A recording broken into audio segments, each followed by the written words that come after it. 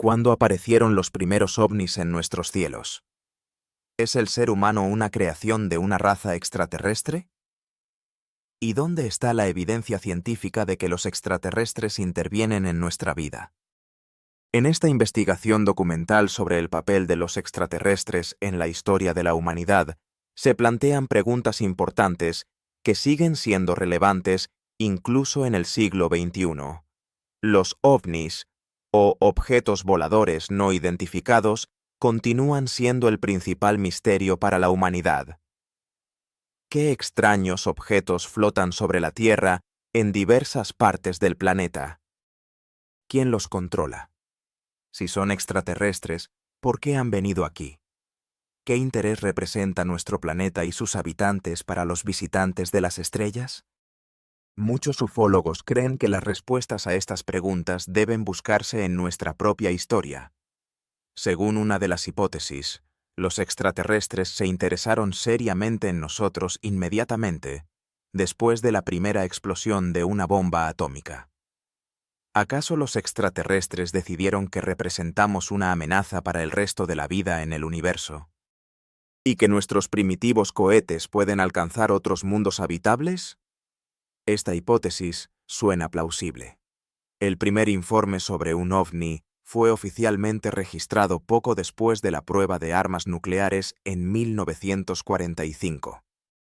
En 1947, un piloto privado llamado Kenneth Arnold voló sobre la montaña Rena en el estado de Washington.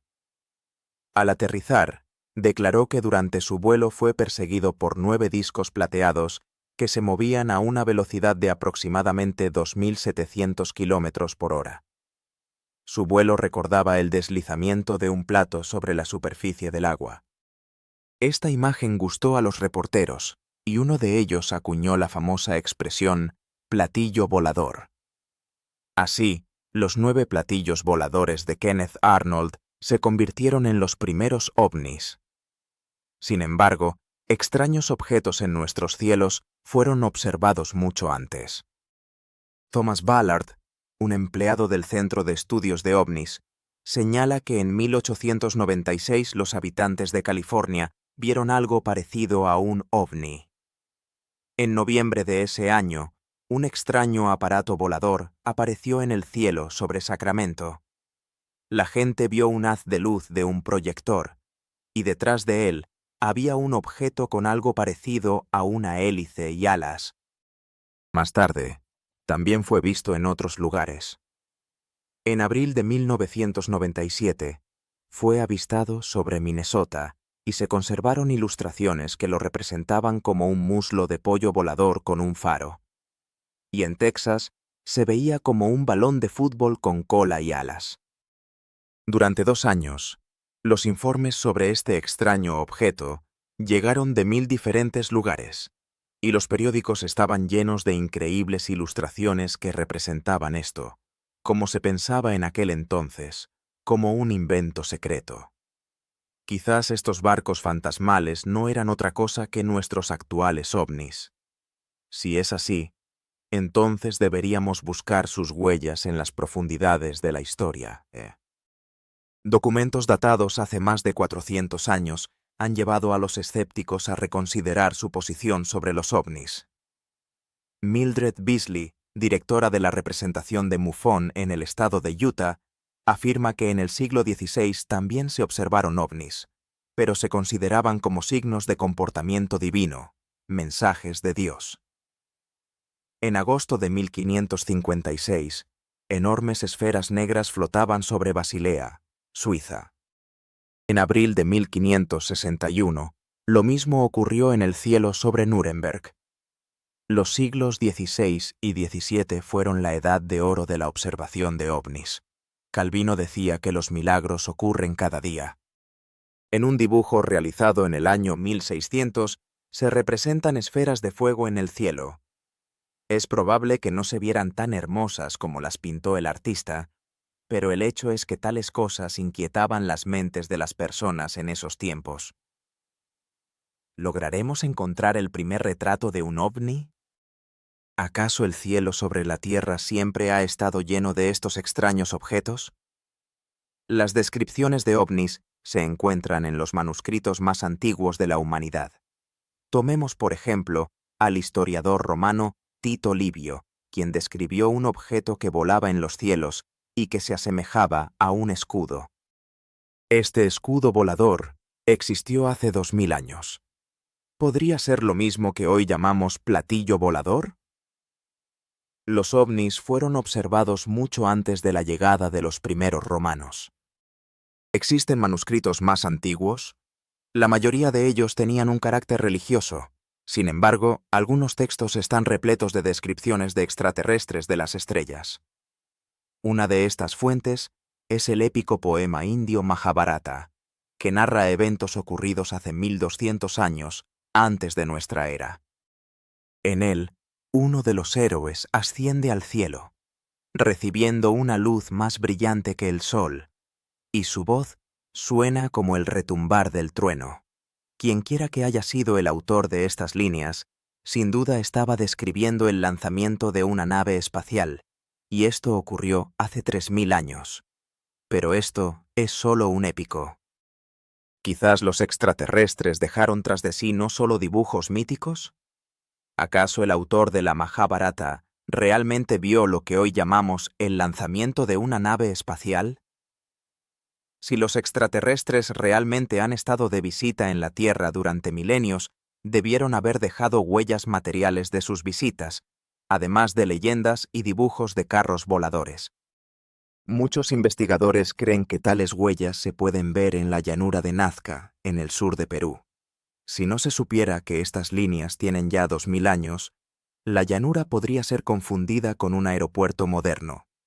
Curtis Piblos, autor del libro El guardián de los cielos, señala que a veces las líneas en la llanura de Nazca se llaman pistas de aterrizaje, aunque en realidad son simplemente largos canales rectos, excavados en el desierto.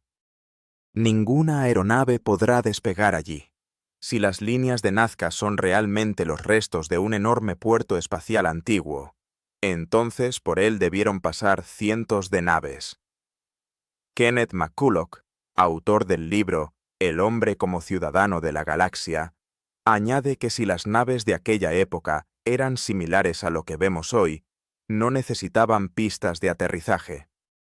Tal vez Nazca servía como una especie de hitos, especialmente porque solo se pueden ver desde el aire. Si todo esto es cierto, ¿con qué llegaron los extraterrestres a la Tierra? ¿Y con qué volaban? ¿Cuáles eran sus intenciones respecto a los habitantes de nuestro planeta? Si las visitas de ovnis tienen una historia milenaria, es muy posible que los extraterrestres no fueran simples observadores en la Tierra. ¿Quizás estaban interesados en la evolución de la raza humana? Si es así, ¿qué papel jugaron en nuestra historia? Numerosos hechos convencen de que los extraterrestres de las estrellas nos ayudaron en el conocimiento del mundo. En Estambul, por ejemplo, hay un mapa elaborado por el geógrafo turco del siglo XVI Piri Reis. Este mapa, creado en 1513, sorprende porque representa a la Antártida como un continente, un hecho que se conoció solo en el siglo XIX. Y sobre que en la Antártida hay montañas, la humanidad solo lo supo en el siglo XX. ¿Es cierto que el antiguo geógrafo dibujó su mapa basándose en relatos de seres que vieron nuestro planeta desde el espacio? ¿Qué relación tiene el mapa de Piri Reis con el inicio de la expansión de la civilización europea hacia el oeste? ¿Acaso los extraterrestres buscaban dirigir el curso de la historia humana? Si es así, su influencia en el destino de las personas fue enorme. Tal vez a ellos les debemos muchos de los descubrimientos científicos de los que se enorgullece la humanidad. Wendell Stevens, coronel retirado de la Fuerza Aérea de los Estados Unidos, subraya que si dudas del impacto de los extraterrestres en las civilizaciones terrestres, observa los restos de las culturas originales de México y América Central. Por ejemplo, la pirámide de Yucatán, conocida como el Castillo, proyecta una sombra caprichosa sobre sus escalones 2 veces al año, en el día del equinoccio de primavera y otoño, creando la imagen de una gigantesca serpiente deslizándose por la pirámide. Este es Kukulcán, el dios de los mayas y progenitor de la vida en la tierra. La tradición dice que fue él quien ordenó construir la pirámide de esa manera. Existen muchas preguntas sobre por qué los dioses serpientes necesitaron construir tales estructuras masivas. Por ejemplo, ¿por qué aparece 2 veces al año en las escaleras de la pirámide la figura fantasmagórica de una serpiente? Esta pirámide, se afirma, es un calendario calculado para 365 días y un cuarto. Los mayas no tenían otros calendarios, y todos los trabajos agrícolas se realizaban de acuerdo a este.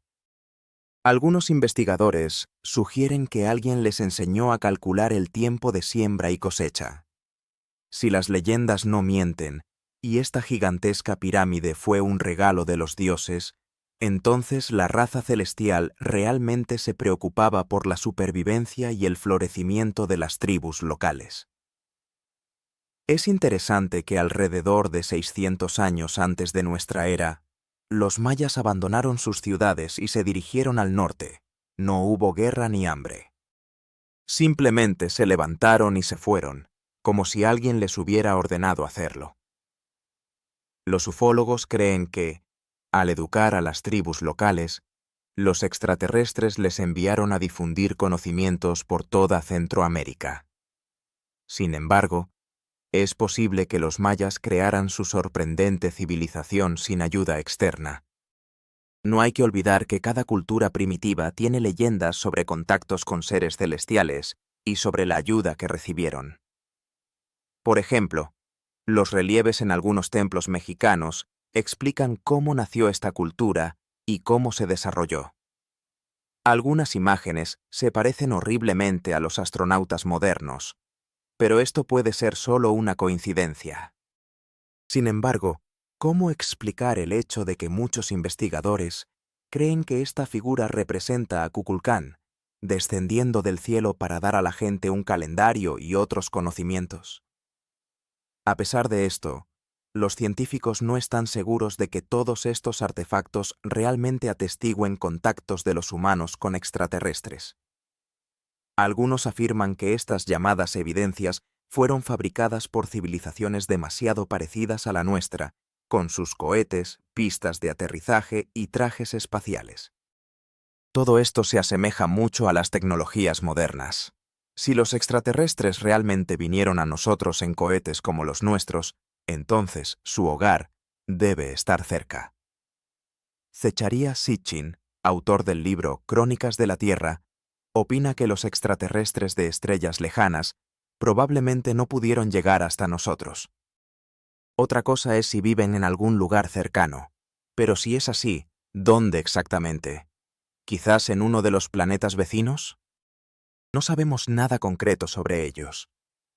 A lo largo de los siglos, ha habido personas que creían en la habitabilidad de los planetas del sistema solar. Muchos aún asocian los ovnis con Marte o Venus. Sin embargo, las últimas investigaciones han demostrado que las condiciones en estos planetas son desfavorables para el surgimiento de vida orgánica compleja. La idea de extraterrestres de planetas vecinos hoy parece absurda. Pero, ¿es realmente así? Zecharia Sitchin ha estudiado durante muchos años la hipótesis sobre el origen de los extraterrestres de nuestro sistema planetario. Él cree que la clave para desentrañar la mayoría de los misterios de los ovnis se encuentra en la historia de la civilización sumeria. El estado sumerio apareció hace 6.000 años en el territorio del actual Irán y se convirtió en la base para todas las grandes civilizaciones de la Tierra, incluyendo a los babilonios, asirios y los pueblos modernos. Todos los aspectos clave de la civilización moderna ya estaban presentes en los sumerios: la escritura y las matemáticas, la rueda y la alfarería, los ladrillos y los edificios de varios pisos, el Estado y el derecho, la astronomía y mucho más. Para alcanzar tal nivel, a otras culturas les tomaron siglos, mientras que la civilización sumeria surgió de la nada, como si hubiera caído del cielo. Milenios antes de la aparición del telescopio, los sumerios conocían perfectamente la estructura del sistema solar. Pero, ¿de dónde obtuvieron tal conocimiento? Los sumerios poseían conocimientos asombrosos en el campo de la astronomía. Conocían todos los planetas que conocemos y los describían con precisión. Según el programa escolar, Copérnico descubrió la rotación de los planetas alrededor del Sol en 1543. Sin embargo, los sumerios ya sabían esto hace 5500 años. En sus textos, llamaban a Urano y Neptuno los gemelos azul-verdes. En la ciencia moderna, estos planetas eran poco conocidos, y solo en 1986, después del lanzamiento de la nave espacial Voyager, se pudo establecer que realmente son gemelos azules y verdes, tal como se describía en los textos sumerios. Entonces, ¿qué fue eso? ¿Podría ser una casualidad del autor sumerio o información obtenida de un ser que observaba a Urano y Neptuno? ¿Quizás finalmente hemos encontrado el primer ovni? En los textos sumerios se menciona que todo su conocimiento fue recibido de los Anunnaki, que se traduce como los que descendieron del cielo a la tierra. Pero, ¿de dónde vinieron los Anunnaki? Quizás esto era conocido por los sumerios. En las crónicas de los antiguos sumerios se describe un planeta tan alejado de los otros planetas del sistema solar que su ciclo anual de órbita alrededor del Sol dura 3500 años. Este planeta se llama Nibiru, y se supone que es de donde vinieron los Anunnaki. Si es así, se entiende por qué los habitantes del misterioso planeta, llamado Planeta X por los astrónomos modernos, nos visitan tan raramente. Sus naves espaciales no son lo suficientemente potentes y solo pueden llegar a la Tierra en el momento de la oposición. Según la opinión de un investigador, en el planeta Nibiru, los Anunnaki podrían haber llegado en naves espaciales que poco se diferencian de nuestros cohetes de baja potencia. Si el planeta mitológico sumerio existe en realidad, ¿con qué frecuencia hemos tenido encuentros con sus habitantes? Basándose en sus cálculos, la historia de la humanidad conoce períodos de estancamiento y momentos de avance que se suceden a intervalos regulares, aproximadamente cada 3600 años terrestres. Él considera que este intervalo de tiempo corresponde más a la pauta de los éxitos de la civilización terrestre, éxitos de los cuales somos deudores a los extraterrestres de las constelaciones. Así, las etapas de desarrollo de la civilización terrestre podrían haber sido provocadas por extraterrestres y nosotros somos simplemente conejillos de indias en un experimento intergaláctico. ¿Por qué habrían de preocuparse los extraterrestres por el desarrollo próspero de nuestra raza? ¿Y acaso existe algún tipo de parentesco intergaláctico que nos une? Incluso si se acepta que los errantes cósmicos que han visitado la Tierra durante milenios eran nuestros vecinos en el sistema solar, inevitablemente surge la pregunta: ¿por qué nuestros huéspedes intentaron influir en el desarrollo de la civilización terrícola y cuál era su objetivo? Quizás esta antigua raza planetaria nos apoyaba en nuestra lucha por la supervivencia. Tal vez ese era su principal objetivo: educarnos de la misma manera que nosotros educamos a nuestros hijos. Quizás fueron ellos quienes sembraron nuestra tierra con sus semillas, y tal vez nosotros somos simplemente sus hijos. Si esto es así, hemos encontrado el primer ovni de la humanidad, esa misma nave que nos trajo de Marte a la Tierra. Esta versión se confirma casi por completo con la sagrada tradición humana, a saber, la Biblia. En el 6º capítulo del Génesis se relata cómo ciertos nefilim tomaban para sí esposas de las hijas de los hombres, y ellas les daban a luz descendencia, poderosos héroes, como los que no se encuentran en nuestros tiempos. Quizás todo lo anterior se refiere a aquellos que las medidas más antiguas llamaban Anunnaki, y estos mismos Anunnaki se convirtieron en los antepasados de los terrícolas. La información recopilada parece muy convincente. Lo más probable es que seamos descendientes de uniones matrimoniales entre extraterrestres y terrícolas. Según fuentes antiguas, las mujeres de los Nefilim procedían directamente de Adán, quien, a su vez, nació como resultado de la creación de antiguos genetistas. Míralo. Es ADN.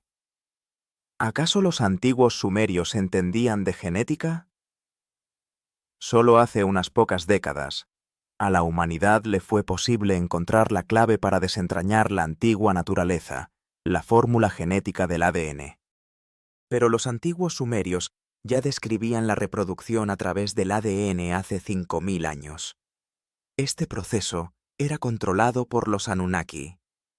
Ellos también crearon una nueva especie de simios terrestres, Homo sapiens. ¿Es posible que la solución al enigma de Enki sea tan simple? ¿Acaso los primeros visitantes del planeta Tierra fueron nuestros antepasados? Sí, nuestra estructura genética es similar en ciertos aspectos. En general, los terrícolas fueron hechos a su imagen y semejanza. Si es así, se entiende el hecho de que las antiguas representaciones de extraterrestres de las estrellas se parecen mucho a los terrícolas. ¿Acaso en la búsqueda del primer ovni atrapamos a nosotros mismos? La veneración religiosa hacia los ovnis, que se ha desarrollado en América, refleja el mito de la creación de la Tierra. Estas entidades todopoderosas, que según algunos guían nuestro desarrollo, recuerdan a Zeus y otros héroes de la mitología antigua. Así, los extraterrestres se convierten en el último logro de la creación de mitos humanos. Sin embargo, ¿existen pruebas reales? ¿Quién sabe? Tal vez nuestros lejanos antepasados realmente nos observan desde el espacio. A esta pregunta aún no hay respuesta, al menos en los diarios de ovnis. Miles de testigos juran que han visto extraterrestres, pero ¿sabemos cómo lucen en realidad? ¿Es cierto que el gobierno de los Estados Unidos oculta de nosotros los cuerpos de los extraterrestres fallecidos? ¿Qué buscan los visitantes del espacio en nuestro planeta? La pregunta principal de la ufología se puede formular así. Si realmente somos visitados por extraterrestres, ¿quiénes son? ¿Amigos o enemigos? Cada vez más personas creen en la visita de extraterrestres a la Tierra, y esta creencia se basa en hechos concretos, desde observaciones de vuelos de ovnis hasta relatos de contacto directo con seres extraterrestres. Pero si estas entidades realmente nos visitan, ¿qué sabemos de ellas? Si intervienen en nuestra vida, ¿por qué aún no sabemos sus verdaderos propósitos? Los ufólogos han estado investigando este misterio desde 1947, cuando el piloto Kenneth Arnold observó un grupo de extraños objetos voladores que describió como platos voladores. Desde entonces, cientos de miles de personas han sido testigos de fenómenos similares, y cada uno se ha planteado la misma pregunta: ¿quién construyó estas naves y por qué han venido aquí? En el verano de ese mismo año, ocurrió un evento que, según los ufólogos, podría dar una respuesta definitiva a todas las preguntas sobre los platos voladores. En julio de 1947, un supuesto vehículo espacial sufrió un accidente en el estado de Nuevo México. Según los testigos, no podía haber sido fabricado en la Tierra. Los restos de la nave y los cuerpos de los extraterrestres fueron tomados por los militares. Si esto es cierto, nuestro gobierno está ocultando este evento de la opinión pública mundial. Pero, ¿por qué? ¿Por qué el gobierno debería ocultar el hecho de que la Tierra ha sido visitada por extraterrestres? Tal vez, en realidad, no está ocultando nada. Carl y Turner, los autores del libro Los que han estado más allá de los límites, afirman que si dudas de la implicación de nuestro gobierno en el problema de los ovnis, basta con consultar cualquier libro basado en documentos reales. Estos documentos por sí mismos incriminan al gobierno. Pero si esta información está protegida, ¿quién actúa como guardián? Robert Dean, investigador y analista, habla sobre la existencia de una estructura conocida como MJ-12, creada a finales de la década de 1940 para estudiar los ovnis y nuestra reacción a su aparición. Esta organización supervisa cómo percibimos las naves extraterrestres en nuestro cielo. Una estructura similar existe hoy en día, aunque bajo otro nombre. Es una organización internacional intergubernamental cuyo objetivo es controlar la información sobre los ovnis. Vicky Cooper Ecker, editora de la revista OVNI, considera que el gobierno y la NASA tienen múltiples razones para ocultar información sobre los ovnis. La principal de ellas es el informe del Instituto Broker, elaborado en 1961. La NASA encargó a este centro de pensamiento en Washington que calculara qué sucedería si los terrícolas descubrieran un objeto extraterrestre o se encontraran con los propios extraterrestres. Kevin Randle, autor del libro La historia de los accidentes de ovnis, se refiere al informe del Instituto Broker, que indica que la conquista del espacio por parte de la humanidad podría llevar a un encuentro con una inteligencia extraterrestre. Según los autores del informe, tal encuentro inevitablemente conduciría al caos en nuestro mundo. Una civilización altamente desarrollada, al encontrarse con civilizaciones menos desarrolladas, las absorbe automáticamente, lo que podría llevar a la extinción de las instituciones de religión y poder. Es evidente que los gobernantes no quieren permitir esto y hacen todo lo posible para ocultar información sobre los extraterrestres. Randall comparte su experiencia. ¿Qué encontré en el campo? Era un meteorito. Él subraya que la mentira y el encubrimiento son contrarios a la Constitución, y por eso habla abiertamente, incluso violando el juramento de no revelar secretos de Estado. Se pregunta, ¿es esto verdad? ¿Está el gobierno ocultándonos la verdadera naturaleza de los extraterrestres? Tal vez simplemente no quiere que sepamos que no estamos solos en el universo. Randall cree que la gente necesita acostumbrarse gradualmente a la idea de que no somos los únicos seres inteligentes. Él afirma que este conocimiento puede cambiar la vida de cada habitante de la Tierra, y por lo tanto es importante que las personas conozcan la verdad que oculta el gobierno. Los ufólogos señalan que los intentos de acortar la información no siempre han tenido éxito. Cientos de testigos cuentan sobre sus observaciones de ovnis y contactos con extraterrestres. Estos testimonios pueden ayudar a desenterrar la verdad que los representantes de MJ-12 ocultan cuidadosamente. Según Randall, las naves de los ovnis están hechas de materiales que no existen en la Tierra. Las naves que realizan viajes interestelares deben soportar cargas extremas y radiación intensa. Las descripciones de los testigos indican que los restos encontrados en junio de 1947 en el estado de Nuevo México parecían delgados y frágiles, pero era imposible cortarlos, doblarlos o dañarlos. Ningún material fabricado en la Tierra posee tales propiedades maravillosas, afirma él. Randall también expresa la opinión de que algunos de los extraterrestres con los que contactamos pueden venir de otras dimensiones. Esta idea provoca miedo en muchos, ya que el pensamiento de que los extraterrestres de otras dimensiones pueden tener intenciones malignas asusta. La capacidad de los alienígenas para filtrarse a través de objetos sólidos de nuestro mundo genera preocupación entre los científicos contemporáneos. Sin embargo, ¿existen otras dimensiones en la realidad? ¿O es solo un producto de la imaginación de los ufólogos? Este concepto desafía completamente nuestra comprensión de la física de Newton y Einstein. Si los ovnis son realmente creaciones de una civilización altamente desarrollada, ¿qué buscan en nuestro mundo relativamente primitivo? Randall se pregunta cuán veraces son los relatos de los testigos que afirman haber visto extraterrestres. Si realmente vieron alienígenas, ¿con qué propósito llegaron a la Tierra?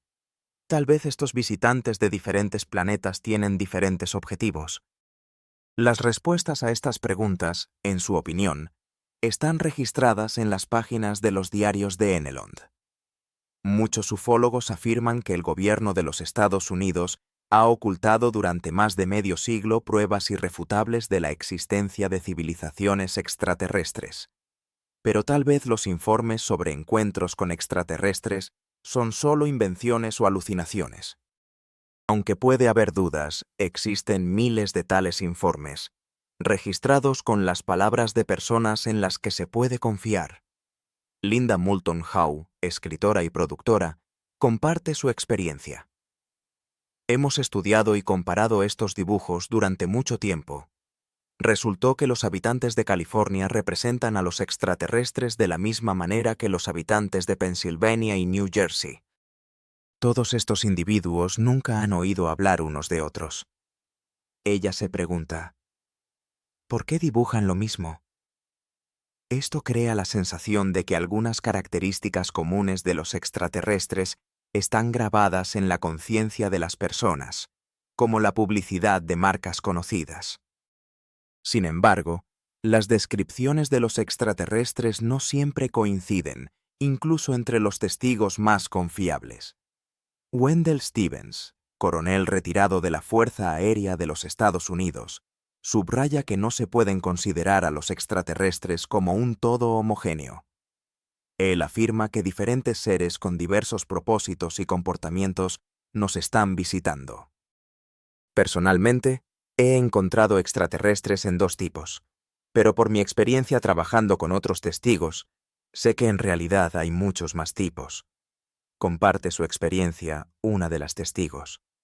Ella describe a seres que parecen mitad humanos y mitad extraños, y también menciona reptiles con pupilas orientadas verticalmente. En lo que a mí respecta, he visto criaturas insectoides, algo parecido a un mantis, añade ella. Entre otros tipos que reportan los testigos, hay seres que miden casi 2,5 metros de altura, con piel muy pálida y sin cabello. Se parecen vagamente a los humanos, dice la testigo, enfatizando que nadie sabe cuántos de esos tipos existen realmente. Quizás docenas, quizás más, reflexiona ella. Esta diversidad en las descripciones de los extraterrestres provoca dos hipótesis principales. O realmente nos visitan extraterrestres de diferentes mundos, o los testigos simplemente cuentan historias diferentes. Si todos los testigos describieran las mismas características, eso se parecería más a la verdad, concluye ella. Bud Hopkins, investigador del fenómeno de los secuestros, señala que, a pesar de las discrepancias, el 85% de las descripciones coinciden en los parámetros principales. Él menciona que la mayoría de los testigos describen a pequeños seres grises que miden alrededor de 1 a 2 metros, a veces un poco más bajos o más altos. Si la mayoría de los testigos da una descripción similar de los extraterrestres, podemos crear un retrato de las razas de extraterrestres que más frecuentemente visitan la Tierra, se pregunta Hopkins. Él los describe. Tienen cabezas enormes sin cabello, sin nariz ni orejas, con una hendidura en lugar de boca, un mentón muy delgado y puntiagudo, un cuerpo pequeño y extremidades delgadas. Hopkins también señala que tienen cuellos muy delgados, y la gente se sorprende de cómo sostiene la cabeza. Los ojos pueden ser negros alrededor, y a veces son simplemente enormes ojos negros. A veces los ojos están muy rasgados, a veces se colocan estrictamente en horizontal, añade él, subrayando que las opiniones varían. El doctor David Jacobs, investigador del fenómeno de los secuestros, confirma: tienen 2 piernas, 2 brazos y 2 ojos, es decir, el mínimo que necesita un organismo para sobrevivir. Existen también pruebas materiales que respaldan estos testimonios orales. El ufólogo Leonard Stringfield llevó a cabo investigaciones especiales sobre casos de accidentes de ovnis y la autopsia de los cuerpos de la tripulación. Los ufólogos afirman que un video del gobierno federal fue enviado a Stringfield con materiales secretos, relata él. En una de las carpetas se encontraba un informe oficial sobre la autopsia de los restos de la tripulación de la nave voladora que se estrelló. Stringfield, quien falleció en 1994, grabó su relato sobre este evento en una cinta de video poco antes de su muerte. El extraterrestre estaba muerto. Tenía una cabeza muy grande según nuestros estándares. No tenía ni cabello, ni orejas, ni nariz, recuerda Stringfield. Su boca parecía una hendidura de aproximadamente 2,5 centímetros de largo. Pero, ¿qué sabemos sobre los extraterrestres, aparte de su apariencia? ¿Por qué visitan la Tierra? ¿Cuáles son sus objetivos? ¿Quizás las autoridades temen un ataque de su parte?, se pregunta uno de los investigadores. ¿Pueden las personas comunes influir de alguna manera en la situación? ¿Qué se necesita hacer para conocer las intenciones de los extraterrestres? El misterio de los seres de otros mundos inquieta a las personas en todo el mundo. Los ufólogos afirman que el gobierno de los Estados Unidos oculta intencionadamente la verdad sobre los extraterrestres. Pero, tal vez, ellos mismos no quieren que sepamos todo sobre ellos, reflexiona uno de los testigos. Según los testimonios de los testigos, los seres grises nunca hablan sobre el propósito de sus visitas a nuestro planeta. Esto es lo que me contó un chico. Durante la conversación, no mueven los labios.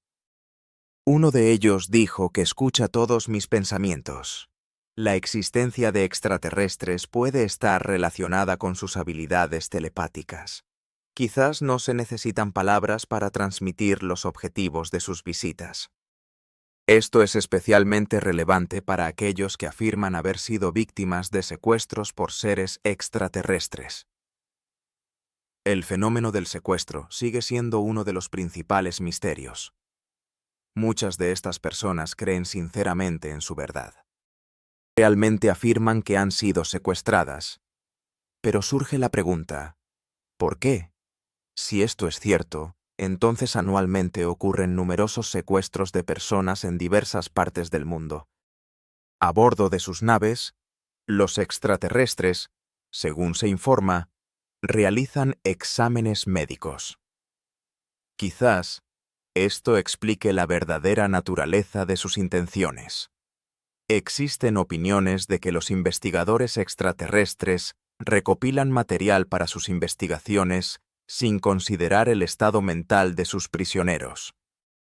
Esto recuerda las acciones de los científicos terrestres, que atrapan monos, les colocan anillos en las orejas y luego observan su comportamiento. ¿Acaso los extraterrestres nos estudian de la misma manera que nosotros estudiamos a nuestros parientes más cercanos? ¿O hay algo más detrás de esto? Muchos ufólogos creen que los objetivos de los extraterrestres superan nuestra comprensión y van más allá del tiempo científico. ¿Qué interés puede representar la humanidad para una raza altamente desarrollada? Tal vez los humanos les interesen como fuente de materiales genéticos. Existen afirmaciones de que se obtienen esperma y óvulos de los humanos, pero ¿por qué los extraterrestres necesitan materiales genéticos? Algunos investigadores, incluyéndome a mí, han llegado a la conclusión de que la humanidad es una raza híbrida. Tal vez fuimos creados específicamente para nuestro planeta. Creo que nuestro programa genético ha variado desde el principio de la historia de la civilización y continúa cambiando hasta hoy. Esto plantea la pregunta: ¿realizan los extraterrestres experimentos genéticos en la Tierra? ¿Significa esto que la raza de los terrícolas fue artificialmente creada por extraterrestres con algún propósito desconocido? Para encontrar respuestas a estas preguntas, nos reunimos con personas que afirman haber sido llevadas a la fuerza a bordo de un ovni y haber participado en experimentos para crear una raza híbrida de medio humanos medio extraterrestres. ¿Es esto verdad? A pesar de las diversas opiniones, tales casos ocurren con bastante frecuencia. La creación de una raza híbrida parece ser el principal objetivo de todos los secuestros, aunque aún no sabemos por qué es necesario. Hay otro aspecto de este proyecto de hibridación. Recientemente, los extraterrestres han comenzado a crear seres casi indistinguibles. El exoficial de inteligencia Robert Dean afirma que tuvo la oportunidad de ver documentos secretos, según los cuales nuestros militares trataban con 4 razas extraterrestres, una de las cuales no se diferenciaba en nada de los humanos. Las 4 razas eran humanoides, pero solo una de ellas se parecía completamente a un terrícola. Esta idea divirtió a Dina, porque imaginen cómo debe molestar a los generales sentarse al lado de estos superhumanos en un avión, restaurante o teatro, y ni siquiera sospechar quiénes son realmente sus vecinos. ¿Y qué hay de otros tipos de extraterrestres? ¿Cómo se relacionan con el programa de los pequeños seres grises?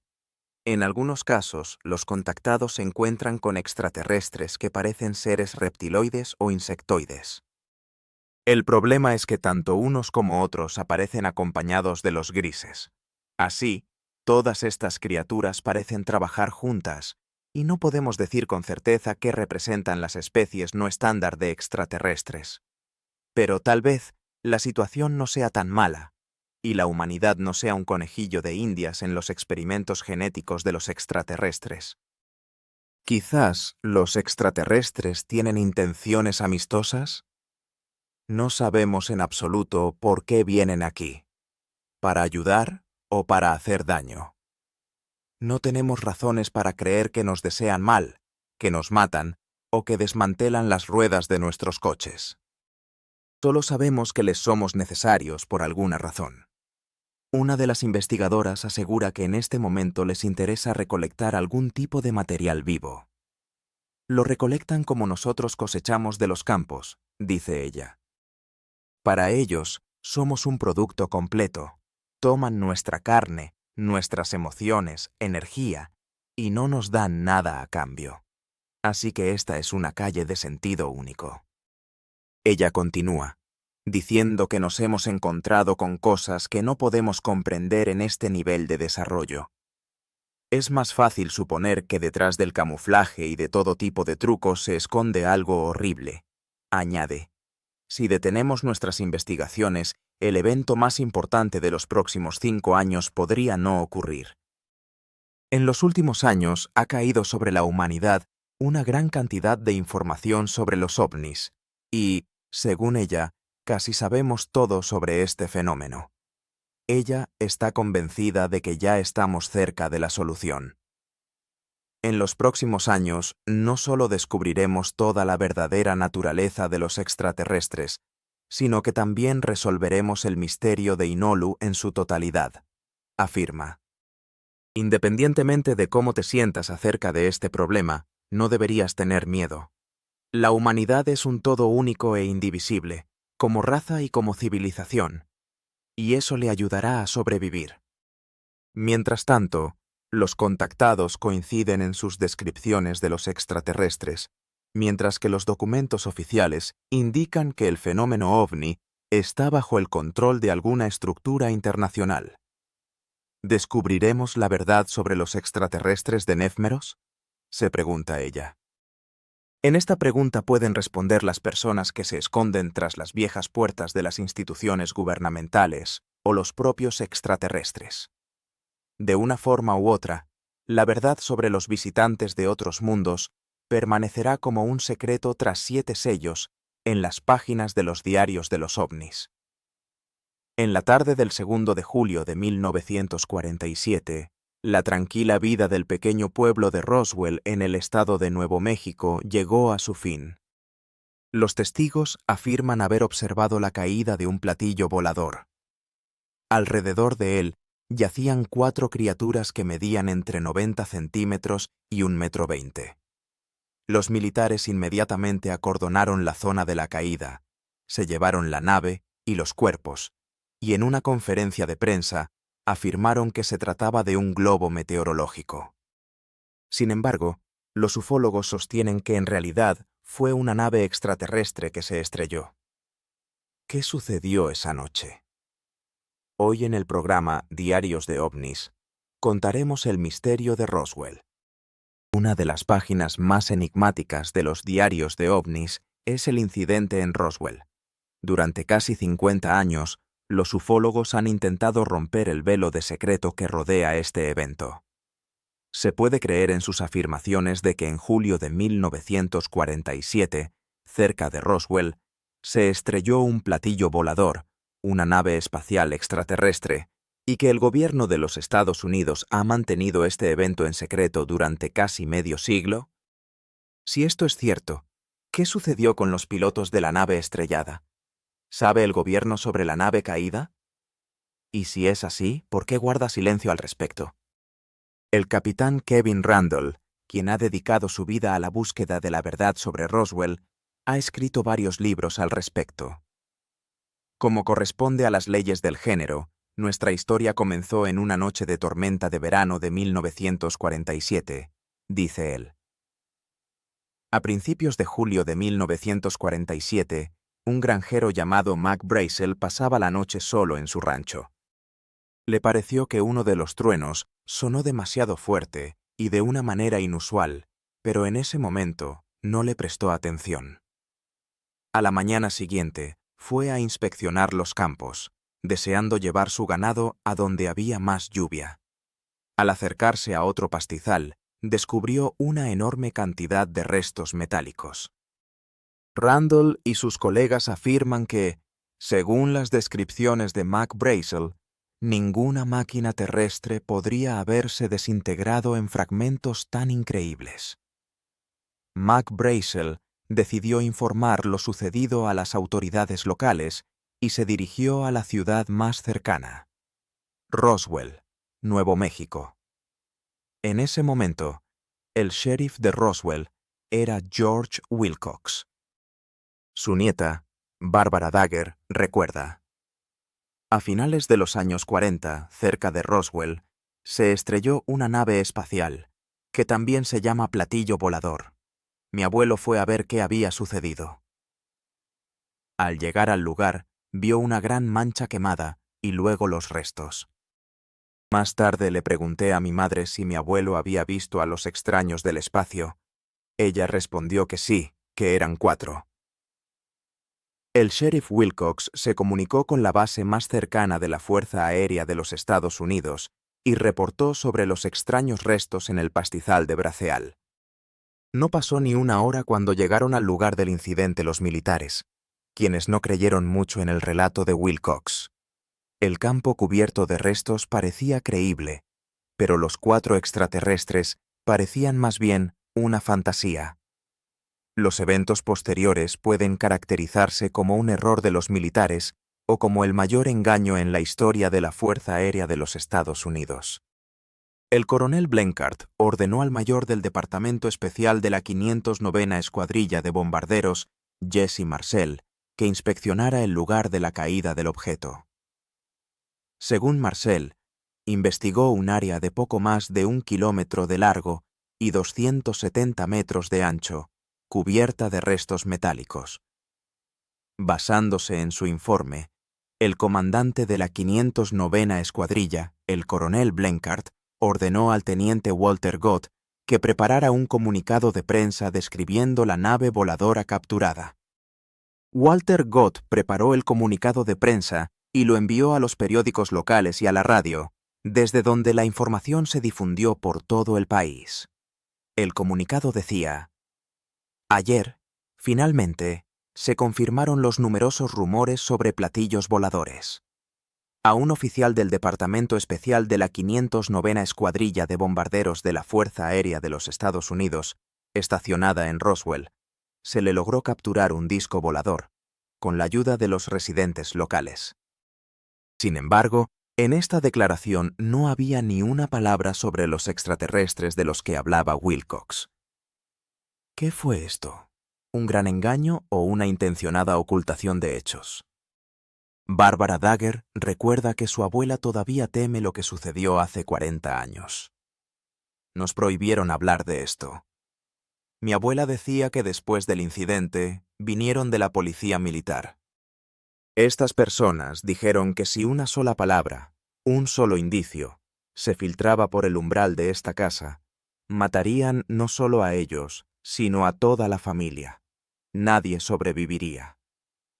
Si los militares admitieron abiertamente haber capturado un platillo volador, ¿por qué tenían que silenciar al sheriff local y a su familia? Bill Brazeal, el hijo del difunto Mac, también afirma que su padre juró guardar silencio.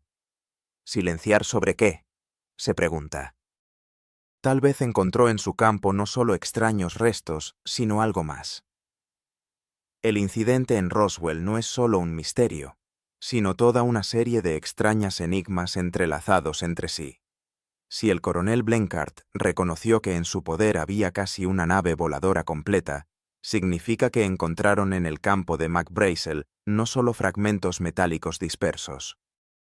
Según las palabras de aquellos que estaban en Roswell en ese momento, este pueblito olvidado en el sur de América se convirtió en el objeto de la atención mundial. Pero luego ocurrió algo aún más misterioso. Pasadas unas horas, la versión oficial fue modificada. El comandante de la Octava Fuerza Aérea de los Estados Unidos, el general Roger Ramey, bajo cuyo mando estaba la 509ª Escuadrón, emitió un nuevo comunicado de prensa en el que afirmaba que en Roswell se había estrellado un simple globo meteorológico. Según el general, este aparato cayó en el rancho de Brazel, y el mayor Marcel, sin entender la situación, se apresuró a declararlo una nave voladora. ¿Es posible que esta fotografía sea una simple falsificación? A la derecha se escucha la voz del brigadier general Thomas Dubose, actualmente retirado, quien comparte su opinión sobre la versión oficial de la Fuerza Aérea de los Estados Unidos sobre la caída del globo meteorológico. Afirma que todos sabían que esta versión era una simple cobertura. No tengo la más mínima idea de quién la inventó. Pero fue esta goma de mascar la que alimentamos a la prensa, dice con evidente descontento. El general continúa, afirmando que los representantes del Departamento Militar de los Estados Unidos insistieron en los restos del globo meteorológico, aunque todos los oficiales superiores sabían que era una mentira. Sugiere que incluso si McBrazel realmente encontró un globo meteorológico, esto contradice los testimonios de otros testigos y la naturaleza de los restos. Recientemente, el hijo del mayor Marcel hizo una sorprendente declaración sobre lo que vio en su infancia. El mayor Marcel trajo a casa un par de fragmentos para mostrar a su esposa e hijo, y luego los llevó de vuelta a la base militar de Roswell. Relata Jas Marcel Jr. Describe cómo estas cosas extrañas eran diferentes de todo lo que había visto, y sobre todo porque tenían alguna clase de marcas. Había algo parecido a nervaduras, y estaban cubiertas con algún tipo de inscripciones. Jas recuerda que entonces pensó que eran jeroglíficos, pero más tarde se dio cuenta de que eran más bien formas geométricas y símbolos. Aunque la versión del globo meteorológico parecía poner un punto final al incidente en Roswell, pronto aparecieron nuevas revelaciones. El incidente en Roswell continúa generando controversia ya por 40 años. Una de las razones de esto es el relato de Grady Barnett, un ingeniero que en ese momento vivía en Roswell. Le contó a su amigo Vern Malty lo que sucedió en aquel día de julio. Barnett me dijo que, al regresar de un paseo por los campos, se encontró con una nave voladora con una escotilla abierta, y junto a ella yacían 4 criaturas extrañas, recuerda Vern Malte. Grady Barnett afirma que vio la nave voladora estrellada y a sus 4 pilotos, que yacían en la hierba. ¿Quizás era de esta nave de la que hablaban más tarde en su comunicado de prensa los militares? Se pregunta el narrador. Sin embargo, si la nave voladora de Barnett casi no sufrió daños, ¿de dónde provinieron los numerosos restos de los que hablaba McBrazel? En esta historia hay otro misterio. Barnett declaró que todos los extraterrestres estaban muertos, pero el sheriff George Wilcox no estaba seguro de eso. Mi abuelo decía que tenían cabezas grandes y estaban vestidos con algo parecido a trajes espaciales de seda muy fina, comparte él. Le pregunté, ¿estaban muertos o vivos? Él dijo, Parece que uno de ellos estaba vivo. Tal vez, en Roswell no se estrelló una, sino 2 naves OVNI, y en cada nave había 4 pilotos. Muchos ufólogos creen que así fue como sucedió todo. Los testigos afirman que los restos encontrados en el campo eran muy pequeños, lo que indica una destrucción total de la aeronave. Las declaraciones de otros participantes en esta historia sugieren que la clave para resolver todos los misterios y discrepancias estaba a varios kilómetros del rancho de Brazel, mucho más cerca de Roswell. El objeto en cuestión fue creado en 1925 y estaba hecho de algún material extremadamente resistente, de modo que una fuerza extraterrestre podría haberlo destruido. Hablando de los restos encontrados en el rancho de Mike Brazel, cabe señalar que estaban compuestos de un material claramente desconocido para los humanos. Nadie pudo siquiera aproximarse a determinar qué tipo de material era. Subraya el narrador. Lo que parecía ser papel de aluminio no podía ser cortado, y lo que parecía ser madera no ardía ni se dejaba afectar por los insectos. Esto indica un material que no podría haber existido en 1947. Pero, ¿es posible que los fragmentos llegaran al rancho de Brazel de forma natural? ¿Quizás son solo meteoritos? El doctor Richard Moon, experto en problemas de ecología, explica: los meteoritos entran en la atmósfera de la Tierra a una velocidad muy alta. Como resultado de la fricción, cambian de curso, comienzan a arder y disminuyen de tamaño. Pero, ¿qué es lo más importante? Si los objetos extraterrestres realmente alcanzan la superficie del planeta, dejan detrás de sí enormes cráteres, similares al cráter en Arizona. Sin embargo, el objeto que cayó en Nuevo México no dejó ningún cráter. En el lugar del incidente había solo una pequeña abolladura, que se asemejaba más a las consecuencias de un aterrizaje de emergencia que a un descenso imprudente desde la órbita. Algunos creían que en el rancho Brazel habían encontrado algo inusual. A finales de la década de 1940, la antigua Unión Soviética seguía de cerca las pruebas de armas nucleares estadounidenses, que se llevaban a cabo a solo cientos de kilómetros de Roswell. Es lógico suponer que un avión espía podría haberse dirigido precisamente a este lugar. Sin embargo, en 1947, los soviéticos no estaban realizando ninguna actividad de este tipo. Con base en la Ley de Libertad de Información, se revisaron todos los casos de incursiones de aviones soviéticos en el espacio aéreo estadounidense durante ese año. Y se descubrió que ningún avión soviético se acercó siquiera a las costas de los Estados Unidos. Sin embargo, investigaciones recientes de Folgy mostraron que el incidente en Roswell no dejó indiferentes a las autoridades soviéticas. George Knapp, un periodista, al regresar de Rusia, descubrió que los rusos seguían con gran interés todo lo relacionado con Roswell. Más aún, llegaron a conclusiones sorprendentes. Knapp se encontró con un científico que había trabajado anteriormente con Sergei Korolev, el padre de la cohetería soviética. Korolev le habló de su encuentro con Joseph Stalin, quien a finales de la década de 1940 mostraba un interés desmedido por los ovnis y quería saber todo sobre Roswell. Esta ciudad se convirtió en un objetivo para la inteligencia rusa, ya que allí se probaban tecnologías militares estadounidenses. A Stalin le interesaba el incidente en Roswell y ordenó recopilar todos los hechos sobre esta historia. Los científicos rusos llegaron a la conclusión de que en Roswell realmente algo se había estrellado, y claramente no era un globo meteorológico.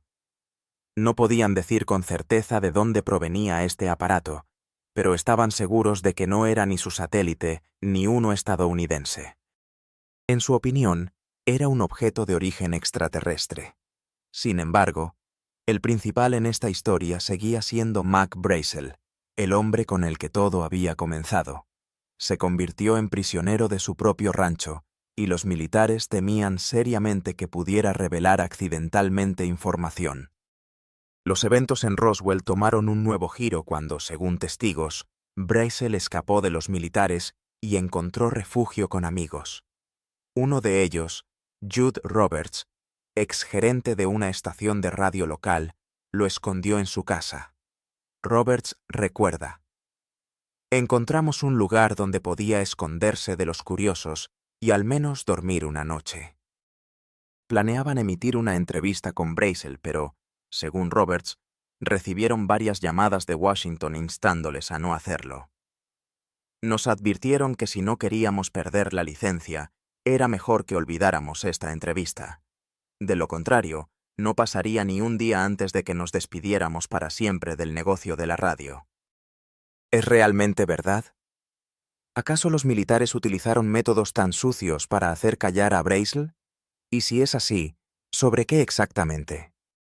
Lo mantuvieron literalmente encerrado en la base, bajo custodia en un departamento especial. No era una prisión, pero no se diferenciaba mucho de ella. En la tarde del 9 de julio, los militares organizaron una conferencia de prensa en Roswell. En ella, Brazel dijo algo completamente diferente a lo que había dicho el 6 de julio, pronunciando cosas absolutamente opuestas. ¿Qué encontré en el campo? Era un meteorito. Pero, ¿cómo es posible? ¿Qué meteorito? Vamos, eso es una tontería. ¿Qué le sucedió a Brazel durante su encarcelamiento en la base? ¿Por qué cambió su testimonio? Quizás los militares no querían que Glenn Dennis contara a los periodistas la misma historia que el patólogo. En 1947, trabajaba en la funeraria Ballard, y ese año tuvo que llevar en varias ocasiones a la base a pilotos que habían tenido accidentes. En uno de esos días, estando en el terreno del hospital, vio restos metálicos amontonados. Estos restos fueron encontrados en el rancho de Brazel. Glenn Dennis, ex patólogo, recordó cómo se acercó al lugar del incidente y preguntó: «Parece que ustedes tienen un accidente». Vio los restos en el patio trasero, y fue entonces cuando comenzaron sus serios problemas. «Lo siento, señor. Esto es propiedad privada», le respondieron. «Si quieres vivir, olvida lo que viste», añadieron los guardias, amenazándolo abiertamente. Sin embargo, el conocimiento de Dennis sobre los eventos en Roswell no terminó ahí. Le esperaba descubrir más sobre su amiga, una enfermera que trabajaba en el hospital de la base militar. Ella era teniente, joven y muy religiosa, criada en estrictas tradiciones católicas. Un día, al entrar en la sala de anatomía en busca de materiales, se encontró con dos médicos que estaban examinando cuerpos, pero no eran cuerpos humanos. Ella describió que dos de ellos estaban gravemente desfigurados. Después de eso, se sintió incómoda y decidió regresar a la base. Nunca más la volví a ver, recordaba Dennis. Al día siguiente, llamó al hospital para preguntar por su estado, pero le respondieron que la habían trasladado de urgencia y nadie sabía a dónde. Desde entonces, ya no estuvo en la base. ¿Qué le sucedió a la enfermera que accidentalmente miró en la sala de anatomía ese fatídico día? ¿Tuvo que realizar autopsias a los cuerpos de los que hablaba el sheriff Wilcox? Y si es así, ¿qué relación tenían esos cuerpos con los restos encontrados por Mac Brazel? Desafortunadamente, las respuestas a estas preguntas solo complicaban el misterio de Roswell. Si realmente había dos platillos voladores o dos mitades de uno y el mismo, surge la pregunta: ¿a dónde fue a parar toda esta masa de pruebas? ¿Y qué sucedió con los pilotos de las naves extraterrestres que fueron descubiertos en el lugar del accidente? Sapo Henderson, un trabajador de la base, afirma que sabe la respuesta a esta pregunta. Dijo que si ya estaba impreso en los periódicos, entonces ya no es un secreto. Compró un par de periódicos y se los llevó a Dennis en el coche. «Aquí, lee», sugirió. Cuando Dennis leyó, Henderson añadió: «Todo esto es pura verdad. Yo personalmente transporté el platillo estrellado a Dayton, estado de Ohio». Así, las pruebas materiales de la existencia de vida extraterrestre fueron trasladadas a Dayton y allí escondidas para siempre del público. Pero, ¿cómo podemos probar que todo esto realmente sucedió? Quizás las pruebas están ocultas donde las personas comunes nunca podrán encontrarlas. Una cosa es cierta. El gobierno se llevó todas las pruebas, acordonó el lugar de la caída, recogió la nave y los cuerpos, sin dejar ni un solo grano de arena. De fuentes confiables se supo que las naves espaciales y los cuerpos fueron primero colocados en el hangar 84 de la base local de la Fuerza Aérea de los Estados Unidos, y luego fueron transportados por partes a otras bases. Una enfermera, amiga de Glenn Dennis, vio 3 cuerpos en la sala de anatomía, lo que confirma que al menos 3 extraterrestres estaban en la base en ese momento. Muchas personas, que no se conocen entre sí, cuentan la misma historia, pero desde diferentes puntos de vista. Comienza con Mac Brazel, quien encontró los restos, y termina con el mayor Edwin Easley, que se dirigía al lugar de la caída. Si esta historia fuera un engaño, los testimonios de estas 2 personas no coincidirían tan perfectamente. El misterio del incidente en Roswell nunca podrá ser completamente explicado, a menos que nuevos testimonios puedan romper el medio siglo de silencio, erigido con los métodos y técnicas más brutales. ¿Se puede esperar que esta muralla algún día se derrumbe y que el gobierno nos revele toda la verdad sobre el incidente en Roswell? Bajo la presión de sus electores, el congresista del estado de Nuevo México, Steven Schiff, se dirigió al Departamento de Defensa de los Estados Unidos en busca de una aclaración oficial sobre los eventos de julio de 1947. En marzo de 1993, intentó romper el muro de secreto que rodeaba los eventos en Roswell. El coronel, quien refirió que los documentos de ese período se conservan en el Archivo Nacional, aconsejó al congresista dirigirse directamente allí. La búsqueda de los archivos se convirtió en otro misterio. Al final, Schiff recibió una respuesta del Archivo Nacional, donde le informaron que no tenían ninguna información sobre los eventos en Roswell. Así, en el Ministerio de Defensa, consideraban que no había ocurrido ningún incidente en Roswell. Quedaban preguntas. ¿Por qué no se conservaron las declaraciones protocolizadas de los testigos? ¿Dónde estaba el informe de la operación militar en territorio privado? En las carpetas del Libro Azul no había nada sobre Roswell, salvo un párrafo de un periódico local, archivado por otro motivo. El congresista Schiff no recibió respuesta a su pregunta ni de los militares ni de los guardianes de nuestra historia. Pero, ¿qué pasa con las amenazas, el chantaje y el silencio forzado? ¿Acaso el gobierno cree que seguiremos creyendo en este cuento sobre el meteosont? Para aquellos que vieron con sus propios ojos lo que sucedió en Roswell, principios de julio de 1947, permanecerá como una fecha memorable. Pero hasta que aparezcan nuevas pruebas, el misterio de Roswell seguirá siendo uno de los enigmas no resueltos en las páginas de los diarios de ovnis. En el mapa de los Estados Unidos aparecieron marcas blancas. Al encontrarse detrás de esta cerca sin el permiso de las autoridades, firmará su propia sentencia de muerte. Se sospecha que aquí se encuentra una base secreta de platillos voladores. Esperemos que las fotografías tomadas desde satélites rusos confirmen documentalmente el relato de un hombre que se llama a sí mismo el primer mecánico de ovnis en la Tierra. Antes de acusar al gobierno de una colaboración secreta con extraterrestres, intentaremos infiltrarnos en la zona prohibida. Hoy, el objeto de nuestra investigación será la Zona 51. Para participar en guerras estelares, no es necesario tener una nave espacial. Se puede simplemente ir a un rincón desértico del estado de Nevada, conocido como Zona 51. Según los testimonios de los testigos, allí, en la cuenca del desaparecido lago Groom Lake, día y noche se trabaja en el fantástico proyecto del siglo. Los mapas geográficos afirman que no existe ninguna base en esos alrededores, pero sobre su territorio regularmente flotan platillos voladores. Glenn Campbell, director del proyecto, Zona 51, señala que después de la famosa historia con Robert Lazar, aquí llegaron caravanas enteras de cazadores de ovnis. Lazar, un exfuncionario del gobierno, informó que desde 1988 hasta 1989 trabajó en un objeto ultrasecreto cerca de Groom Lake.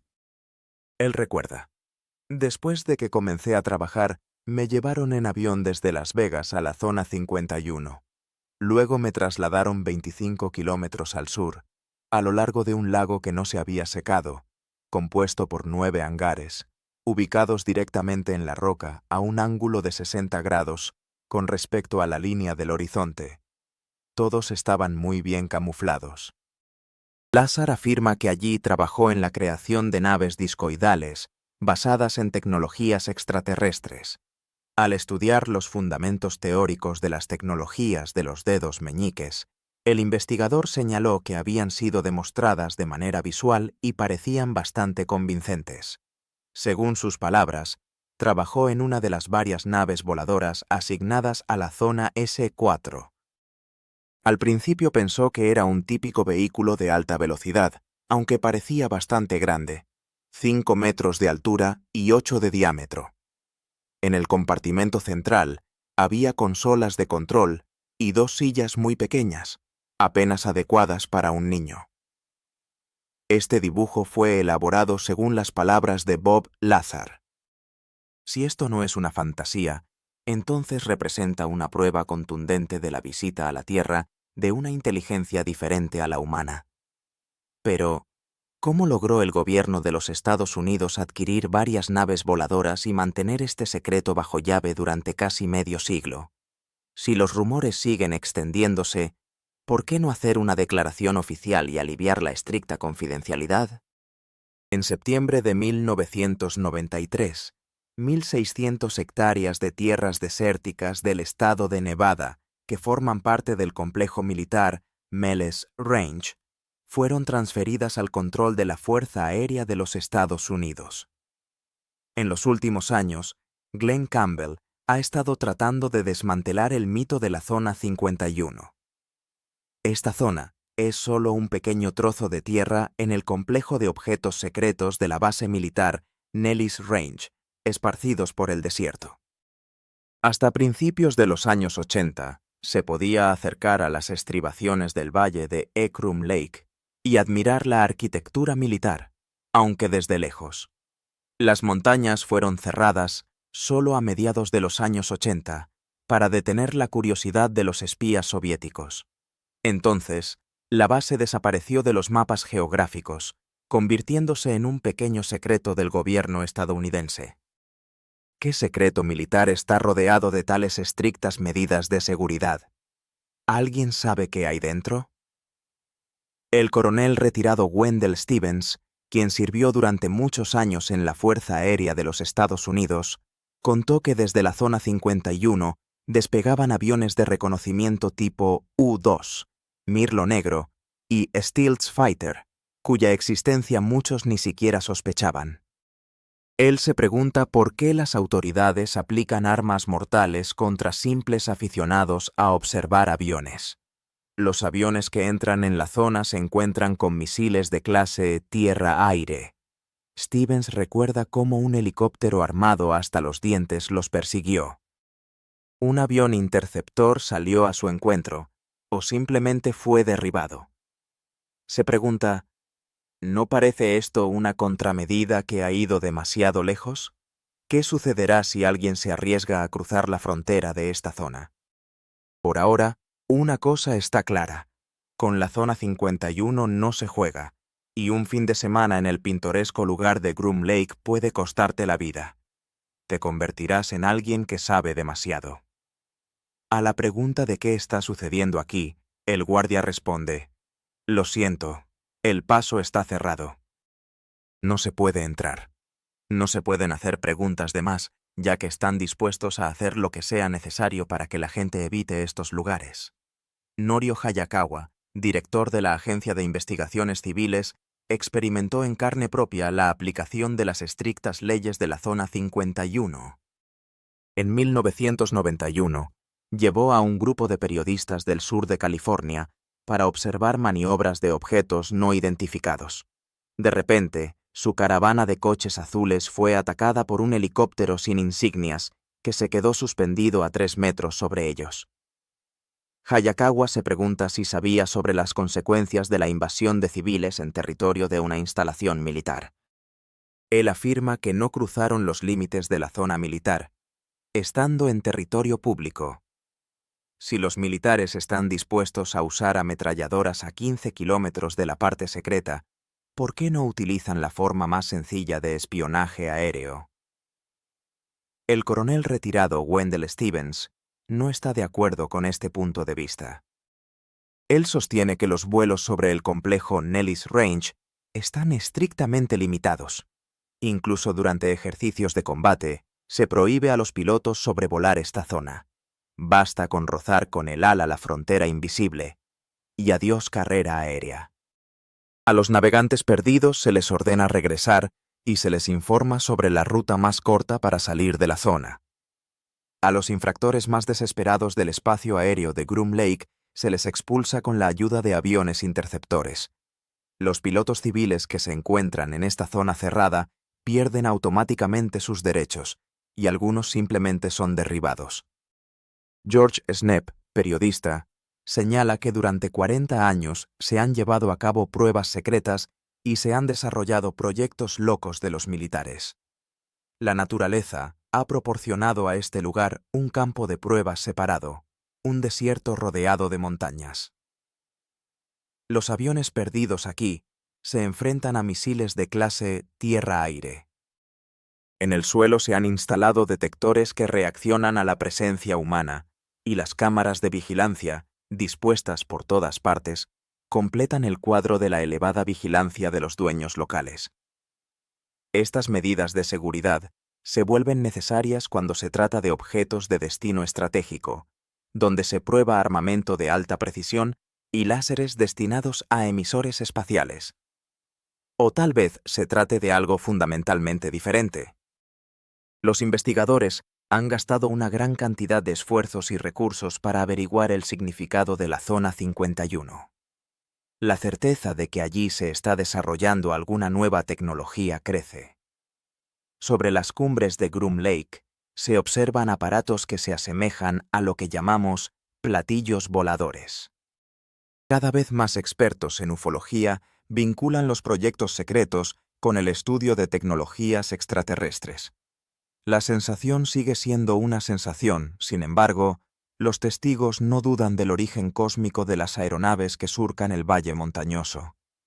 Para confirmar sus relatos, traen de la Zona 51 fotografías, cintas y videocasetes grabados en las páginas de los diarios de ovnis. Cientos de cazadores de ovnis se dirigen regularmente al desierto y vagan por las montañas alrededor de la Zona 91, armados con cámaras en la esperanza de capturar un extraño aparato volador. Uno de los participantes de la expedición logró grabar un fragmento con la aparición de un disco sobre Groom Lake. Este aparato no se parecía a ninguno de los medios de transporte conocidos. Planeaba en silencio, en zigzag, cambiando bruscamente de altura y rumbo, girando en cualquier dirección a 75 grados. Tal vez era un dispositivo que nos llegó de otros mundos. Los trabajadores cuentan que este aparato aterrizó aquí en 1953 y que entonces se trajeron aquí extraterrestres vivos. Los rusos fotografiaron la Zona 51 durante muchos años y Stalin estaba preocupado. Quería saber qué había sucedido en Roswell. Al final, llegaron a la conclusión de que no era un satélite estrellado, sino un aparato de origen extraterrestre. Los rusos no sabían de dónde había llegado, pero comprendían la enorme importancia de tal hallazgo. Por supuesto, todas estas conversaciones no tienen ninguna evidencia detrás. ¿Y puede haber alguna evidencia en absoluto? Los trabajadores saben sobre esta zona exactamente tanto como nosotros. ¿De dónde surgen las leyendas sobre extraterrestres estudiados en la Zona 51? Las personas que trabajan allí pueden no saber de la existencia del objeto. Recientemente, un tribunal federal atendió su solicitud y ahora los trabajadores conocen el nombre de su empresa, pero no más. Si usted trabaja en una de las bases secretas en Nevada, lo llevan cada día desde Las Vegas, primero en avión y luego en autobús. Las ventanas están oscurecidas y solo logra salir a su hangar de trabajo y a algunos edificios vecinos. Es curioso por qué los rusos pueden volar y fotografiar estos objetos de los cuales los contribuyentes estadounidenses no saben nada. En 1988, un satélite ruso tomó una fotografía única de la Zona 51. En ella se ve un aparato al borde de la pista de aterrizaje que parece estar intentando despegar. Sin embargo, una fotografía inusual aún no es prueba de la existencia real de tecnologías extraterrestres. Según las descripciones de Robert Lazar, en el disco se encuentra un reactor gravitacional que genera una onda de contrafuerza que contrarresta la gravedad terrestre. Se requieren cinturones especiales, ya que no se producen sobrecargas durante el vuelo. Los misteriosos aparatos sobre la Zona 51 pueden no ser otra cosa que un regalo del gobierno de los Estados Unidos de extraterrestres que se estrellaron en nuestro planeta. Tal vez la cooperación interplanetaria está en pleno desarrollo, y nosotros ni siquiera lo sospechamos. El relato de Robert Lazar sobre su trabajo en un objeto no identificado, que fue entregado llave en mano por seres extraterrestres, se convirtió en una de las más grandiosas sensaciones del siglo. Lazar afirma que durante su estancia en la Zona 51 y en el objeto S4, obtuvo pruebas irrefutables de la existencia de otros mundos inteligentes. En una de las entrevistas televisivas, informó que tuvo acceso a documentos oficiales, según los cuales la tecnología de la nave voladora llegó a nosotros desde el sistema estelar Z, que se encuentra a una distancia de 35 años luz de la Tierra. Al describir a los extraterrestres, Lazar habla de seres con piel gris y grandes cabezas, que medían poco más de 1 metro de altura y pesaban entre 12 y 25 kilogramos. Estos extraterrestres afirmaban que han estado visitando la Tierra desde hace mucho tiempo, y como prueba presentaron fotografías que, según ellos, fueron tomadas hace 10.000 años. El intercambio intergaláctico de información y tecnología continuó hasta 1979, cuando de repente ocurrió un conflicto y los extraterrestres abandonaron la Tierra. En la prisa, los astronautas de CTTST dejaron en el objeto C4 una montaña de piezas de repuesto, lo que permitió a los científicos terrestres ensamblar su propia nave voladora. Luego comenzaron las pruebas del objeto no identificado sobre la Zona 51, donde los militares establecieron un régimen de máxima secretividad. Según las palabras de Lázaro, las estrictas medidas de seguridad estaban más que justificadas, ya que el dispositivo extraterrestre generaba energía que superaba en múltiples ocasiones el potencial nuclear de la Tierra. La fuente de energía de la nave voladora funcionaba con pulsos de alta potencia, obtenidos mediante la quema de antimateria. Un arma que operara bajo este principio podría destruir toda la civilización terrestre de un solo disparo. Además, esta energía podría ser utilizada para hacer que la nave fuera invisible. El disco podría volar sobre cualquier posición táctica y permanecer indetectable, volviéndose transparente como el vidrio. Norio Hayakawa, convencido de que las tecnologías extraterrestres no están destinadas a ser utilizadas para el bien de la humanidad, advierte que si los logros de los extraterrestres cayeran en manos de los industriales militares, esto solo acercaría la Tercera Guerra Mundial y el fin del mundo.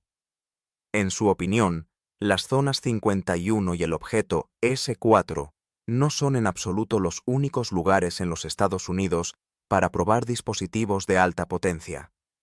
Señala los polígonos secretos en el sur de California, donde en varias bases de la Fuerza Aérea de los Estados Unidos se llevan a cabo pruebas de componentes individuales de naves voladoras. Hayakawa observa que no hay aviones convencionales aquí, ni en los hangares ni en la pista de aterrizaje.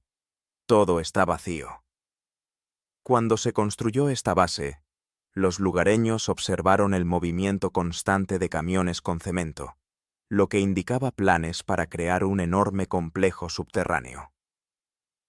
Comparte su experiencia de comunicación con los constructores de objetos subterráneos en la Zona 51, quienes contaron cómo los laboratorios y las plataformas de prueba crecían en profundidad, mientras que arriba permanecía el mismo desierto. Las bases californianas están protegidas con la misma vigilancia que la Zona 51, y su modesta apariencia suscita sospechas.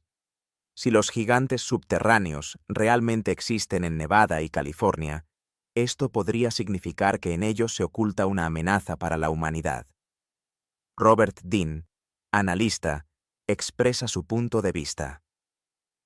Si somos sinceros, podría ser que las personas abducidas en la frente no caigan en Marte, sino en un búnker de un laboratorio secreto. Las guerras nunca han sido consideradas una constitución y una ley de derechos humanos, y las historias sobre naves voladoras se vuelven aterradoras. ¿Podría la Zona 51 ser una prisión para los prisioneros de los ovnis? Según el relato de Lázaro, el objeto S4 está ubicado en una roca y consta de 9 hangares, cuyas puertas están cuidadosamente camufladas. Sorprendente, pero cierto. La descripción coincide con los relatos de varias personas que afirman haber sido secuestradas por ovnis y trasladadas a fortalezas subterráneas. Estos rehenes de platillos voladores se encuentran en mazmorras, donde a veces se vislumbra el uniforme militar estadounidense. Algunos creen que las tecnologías extraterrestres pueden servir como una protección confiable para los habitantes de la Tierra contra los propios extraterrestres. Uno de los expertos expresa la opinión de que el gobierno y los militares temen no a un enemigo terrestre, sino a un adversario cósmico. Asegura que la mayor amenaza proviene de las invasiones de otros mundos.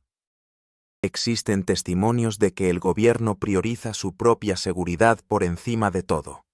Según sus palabras, están infiltrando espías en organizaciones de ufólogos. Publican falsificaciones en la prensa y se burlan de aquellos que afirman haber visto ovnis. Las autoridades, en su opinión, han trabajado en crear una imagen distorsionada de la opinión pública. Y hoy en día todo lo relacionado con la ufología está perdido en el abismo de la desinformación masiva. Fotografías obtenidas de satélites rusos, así como otras imágenes auténticas, confirman objetivamente la existencia de una base en la Zona 51. Las mazmorras creadas por los militares impresionan por su magnitud. Testigos que han estado allí informan sobre más de 40 pisos. Por razones incomprensibles, los militares continúan controlando todos los accesos al valle de Groom Lake, y la preocupación de la población en relación con el misterio de la Zona 51 crece día a día. Si los ovnis no son una invención, entonces la política de las autoridades parece bastante calculada. Intentan evitar el pánico. Existe la versión de que los extraterrestres fueron recibidos en el más alto nivel en algún momento de la década de 1940, cuando reinaba la histeria masiva en torno al comunismo y el caos de la política mundial. Los informes sobre ovnis difícilmente habrían podido enfriar la atmósfera de aquellos años. Todas las conjeturas sobre la Zona 51 siguen siendo solo suposiciones, sin tener pruebas reales de que poseemos tecnologías extraterrestres.